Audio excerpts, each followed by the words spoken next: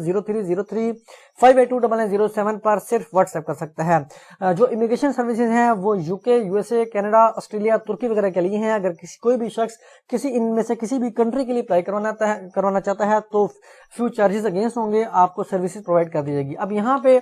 जो सबसे पहला वाला स्टेप है, fill the visa application form online, यानी जो आपको visa application form fill up करना पड़ेगा ये सिर्फ ऑनलाइन है, मैनुअल नहीं है, हार्ड कॉपी में नहीं है। और visa application form fill up करते वक्त आपको बहुत एक क्वेश्चन को गौर से पढ़ना पड़ेगा, उनके आंसर बिल्कुल एक्यूरेट करेक्ट देने पड़ेंगे, क्योंकि अगर आज आपने अप्लाई किया और किसी क्वेश्चन का आंसर यस की जगह नो कर दिया और कल आप अप्लाई करते हैं और तो उसी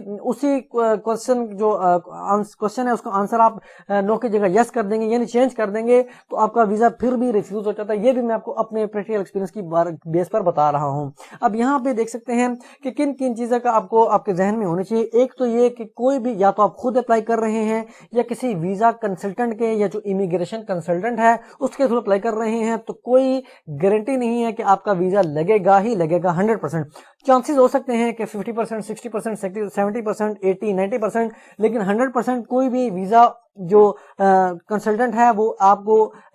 एश्योरेंस नहीं दे सकता कि आपका वीजा लाजमी लगेगा। अगर कोई देता है तो गलत है। और दूसरी बात, अगर आप किसी कंसल्टेंट से भी अपनी सर्विसेज ले रहे हैं तो उसका अपना कोई डॉक्यूमेंट नहीं होना चाहिए, सारे डॉक्यूमेंट्स आपके होने चाहिए, क्योंकि ये भी चीज देखेगी है। मैं आपको अपने प्रैक्टिकल एक्सपीरियंस के बारे में बता रहा हूँ कि लोगों ने वीजा जो कंसल्टेंट है, इमिग्रेशन कंसल्टेंट को हायर किया और उनको बताया कि जी मेरा वीजा आप लगवा दें,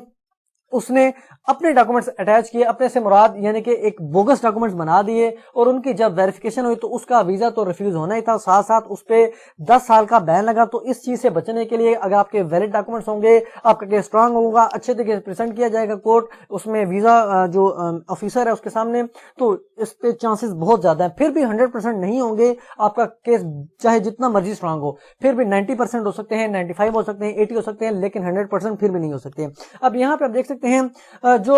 इमिग्रेशन कंसल्टेंट है उसका काम ये नहीं है कि वो अपने डॉक्यूमेंट्स पेश करे, ये जाली डॉक्यूमेंट्स पेश करके आपका जो है वो और बड़ी अमाउंट हथियाने के लिए जो है आपको सेटिस्फाइड कर दे, लेकिन उसका काम सिर्फ ये है कि वो आपके केस को अच्छे तरीके से प्रेजेंट करे। अगर आपका केस वीक है तो आपको उसको बता देना चाहिए कि आपका केस वीक है, इतना वीक है, उसमें ये लकुनाज हैं, और अगर कोई ऐसा कंसल्टेंट नहीं करता तो वो गलत बयानी करेगा। अब यहाँ पे देख सकते हैं कि इसकी फीस कितनी दरकार होती है। जो स्टैंडर्ड विजिटर वीजा है, अगर आप कम से कम 6 महीने के लिए जो है अप्लाई करना चाहते हैं विजिट वीजा, तो उसकी जो फीस है वो 93 पाउंड है, 93 पाउंड है, जो पाकिस्तानी रुपीज में आजकल 21 या 22 हजार रुपए के करीब बनती है। अब अपॉइंटमेंट की बुकिंग कैसे की जाती है? अपॉइंटमेंट की बुकिंग के लिए आप सबसे पहले आपको वीजा एप्लीकेशन फॉर्म फिलअप करना पड़ेगा। वीजा एप्लीकेशन मैं आपको ऑलरेडी बता चुका हूँ कि अगर यूट्यूब पे आप मेरे चैनल पे ब्राउज करेंगे, मेरी एक प्लेलिस्ट बनी है यूके वीजा के बारे में, उसमें रिफ्यूजल का बताया है, उसमें एप्लीकेशन फॉर्म का बताया है, अपॉइंटमेंट की बुकिंग का बताया है, डिटेल्ड प्रोसेस है, उसको भी आप देख सकते हैं वन बाय वन करके। अब यहाँ पे देख सकते हैं जब आप एप्लीकेशन फॉर्म को फिल अप कर लेंगे ऑनलाइन, और उसके बाद आपको पेमेंट करनी पड़ेगी ऑनलाइन ही। वीजा एप्लीकेशन फॉर्म जो मैं ऑलरेडी बता चुका हूँ 21-22 हजार रुपए है। ये आप क्रेडिट कार्ड के जरिए पे कर सकते हैं, डेबिट कार्ड के जरिए पे कर सकते हैं, लेकिन अगर आपके पास डेबिट कार्ड है तो कोशिश करें बैंक वाले से पहले तसल्ली कर लें, कंफर्म कर लें कि क्या इस पे ऑनलाइन ट्रांजैक्शन हो जाएगी, यानी फौरन आपने भेजनी है यूके वीजा के लिए। तो कुछ डेबिट कार्ड पेमेंट नहीं करते तो आपको ऑनलाइन उसको जो है बैंक से ओपन करवाना पड़ेगा,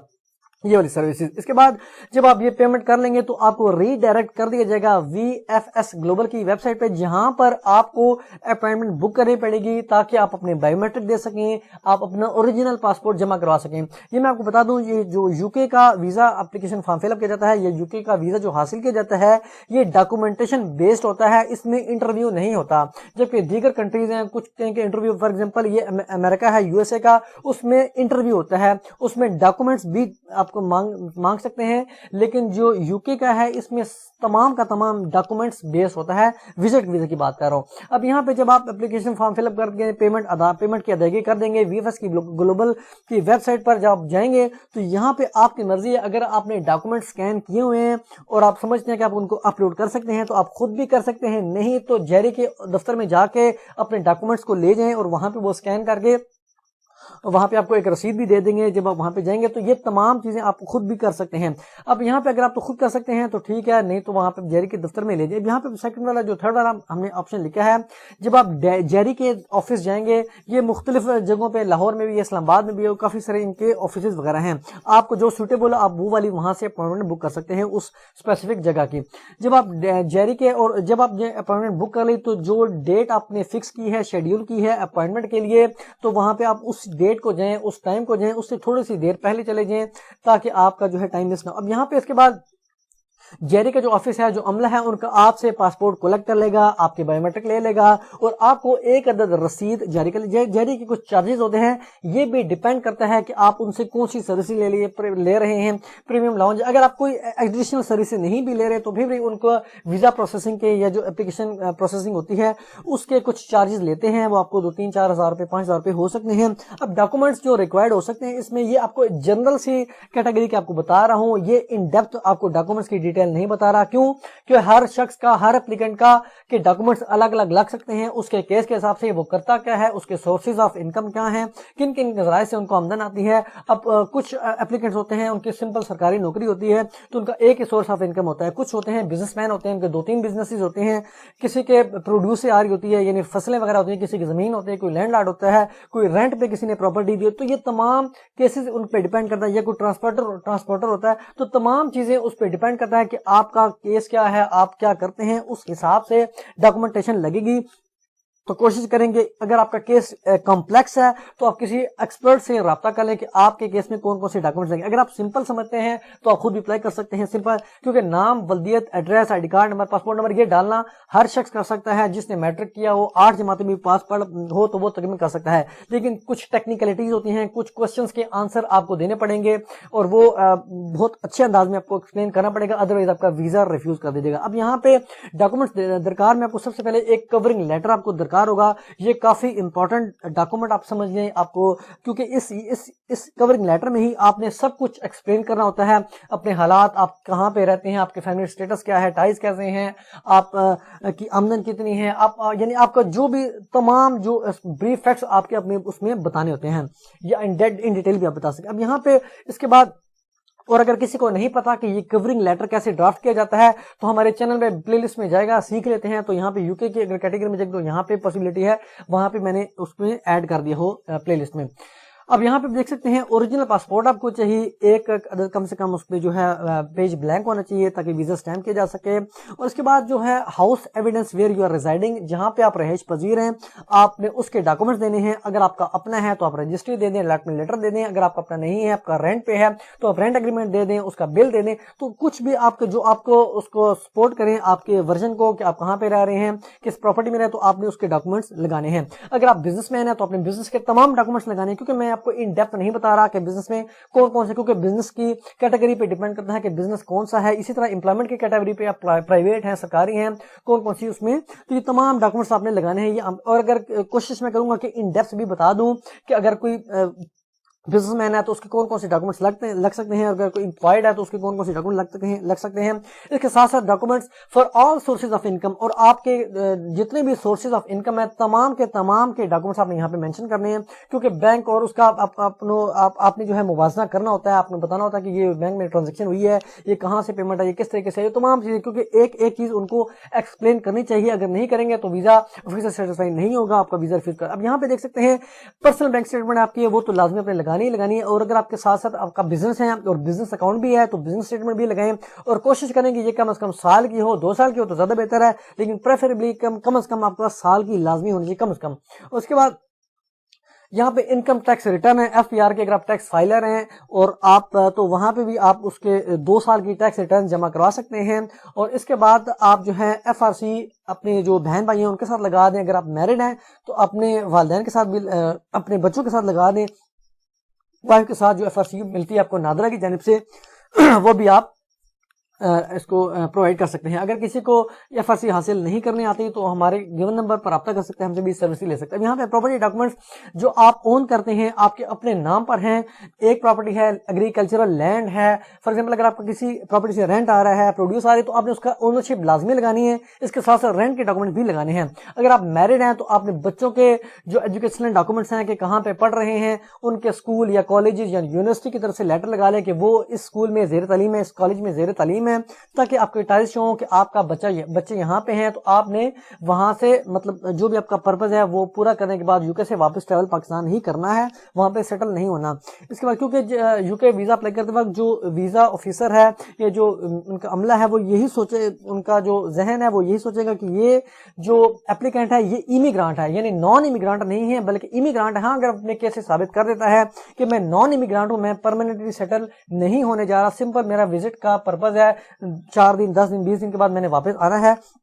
وہ اگر ثابت کر دیتا ہے اپنے ورژن سے, اپنے ایویڈنس کے طور پہ, تو پھر وہ اس کو نان امیگرینٹ تصور کر کے اس کو ویزا دے دے گا, ادروائز ویزا ریفیوز. اب یہاں پہ میرج سرٹیفکیٹ آپ لگا دیں اگر آپ میرڈ ہیں, اور FRC آپ کو میں آلریڈی بتا چکا ہوں کہ اگر میرڈ ہیں تو آپ نے بچوں کے ساتھ اپنا FRC لگانا ہے, کیونکہ سبلنگس کا الگ ہوتا ہے, بچوں کے ساتھ الگ ہوتا ہے, یعنی وائف کے ساتھ الگ ہوتا ہے. تو اس طرح 2 FRC آپ لگا سکتے ہیں, ایک تو والدین کے ساتھ بھی اور ایک اپنے بچوں کے ساتھ. اب یہاں پہ اسپانسر کے ڈاکومنٹ, اگر یہاں پہ اگر کسی نے آپ کو اسپانسر کیا ہے UK میں, آپ کا کوئی عزیز ہے, تو آپ اس کو انویٹیشن لیٹر اس نے بھیجا ہوگا آپ کو, یا اسپانسرشپ ڈکلیریشن بھیجی ہوگی جس میں اس نے بتایا ہوگا کہ یہ میرا عزیز ہے, یہ مجھے ملنے آ رہا ہے, اتنے دنوں کے لیے آ رہا ہے, یہ چند دنوں کے لیے آ رہا ہے, اس مہینے میں آ رہا ہے, تو وہ آپ نے اس میں تمام مینشن کریں ڈیٹیل. ایک تو اسپانسر کے ڈاکومنٹس, اس کے پاسپورٹ میں وہ اس کا اسٹیٹس کیا ہے, اور اگر آپ کوئی عزیز ہے آپ کا تو آپ اس کے ساتھ اس کا ریلیشن بھی آپ یہاں پہ ڈاکومنٹس پروو کر سکتے ہیں. اگر آپ کو وہ بھائی ہے تو آپ FRC لگا دیں. اسی طرح اگر آپ کا دوست ہے تو اس کو ثبوت آپ کے پاس نہیں ہوگا, تو اس وجہ سے آپ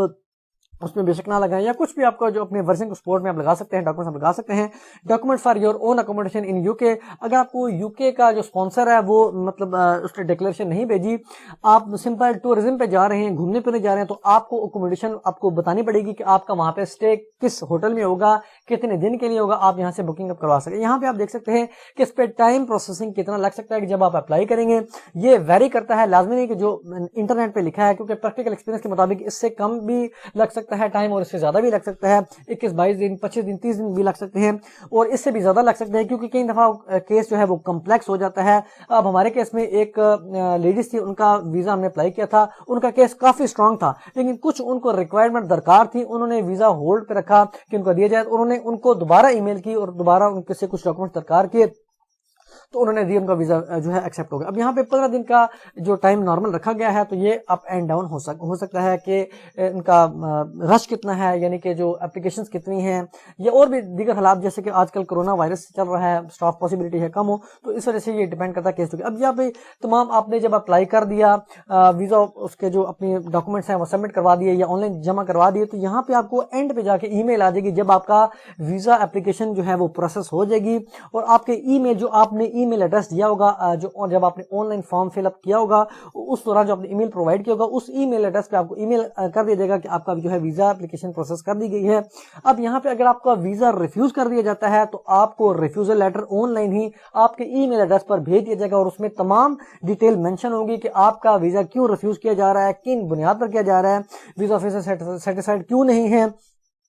آپ اس کو بھی دیکھ سکتے ہیں. اور اگر کسی کا ویزا ریفیوز ہے تو ہم سے ڈسکس کر سکتے ہیں, ہمارے گیون نمبر 0303522907 پر صرف واٹس ایپ کر کے ڈسکشن کر سکتے ہیں. اب یہاں پہ دیکھ سکتے ہیں if your visa is stamped, اگر آپ کا ویزا ریفیوز نہیں ہوتا تو آپ کو ریفیوزل لیٹر آن لائن نہیں آئے گا, بلکہ آپ کو جیری کی طرف سے پاسپورٹ کلیکشن کے لیے ای میل آ جائے گی کہ آپ اپنا ویزا کلیکٹ کر لیں. اب اس میں بھی کچھ ای میل کی ورڈنگ ہوتی ہے جو ایک UK والوں کی طرف سے آتی ہے کہ آپ کا ویزا کنکلوڈ ہو گیا ہے یا ایشوڈ ہو گیا ہے, تو وہ ایک ٹیکنیکل اس میں آپ ہمیں تو دیکھنے سے پتہ چل جاتا ہے کہ اس کا جو ہے ویزا لگ گیا ہے, لیکن وہ اسٹریٹ اوے سمپل الفاظ میں نہیں لکھتے کہ آپ کا ویزا لگ گیا ہے, اسٹیمپ ہو گیا ہے یا ریفیوز ہو گیا ہے, ایسا نہیں لکھتے, کنکلوڈڈ اور اس طرح کے کچھ الفاظ استعمال کرتے ہیں. وہ بھی اگر پاسبلٹی ہو تو الگ سے انشاءاللہ ویڈیوز پہ اپلوڈ کر دوں گا. اب یہاں پہ